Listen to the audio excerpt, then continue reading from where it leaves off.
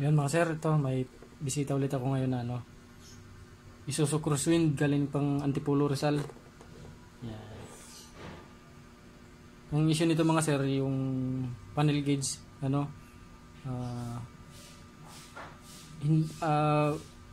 katulad kanina bigla na lang daw gumana. Yes. Pero madalas talagang blackout daw, sabi ng may-ari. Pero kanina nung papunta sila dito bigla daw gumana habang nasa biyahe. Kahit hindi naman daw nalubak. Minsan pag nag-blackout, pag pinukpok daw ng mga air, nagana. Pero madalas daw talaga blackout. Hindi ko na binidyo mga sir kanina pagdating kasi nagana naman siya eh. Mamaya na lang i-testing ulit kung gagana pa rin siya pagtapos ko sa air. Pero tingnan ko sa mga sir kung anong problema sa loob. Kasi nagana siya bigla din eh.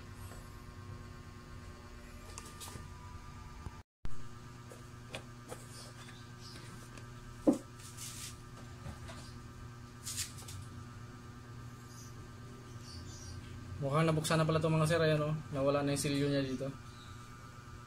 Binuksan na pala ito. Kasi sabi ng mayari, sikunahan daw nila binili ito. Tapos nung nabili nila, ganun na raw ang issue. Ayan. Natanggal na yung silyo mga sir. Nakadikit dapat yan dito. Magkadikit sila. Nabuksan na siya. Sinubukan na i-repair ito.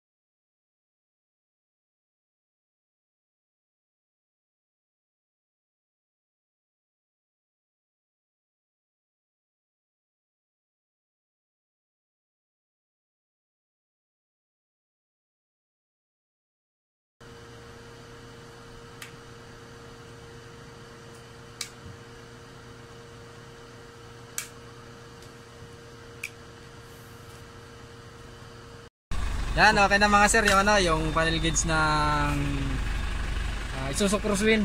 Kanina kasi gumana rin naman siya pagdating nila ni sir, bigla daw gumana habang sa biyahe. Ngayon, gumana pa rin, hindi naman natuluyan. Okay na to mga sir, hindi na to mag-blackout ulit. Yan, galing pa sila ni sir ng Rizal sir, Antipolo. Yes, maraming salamat. Thank you po.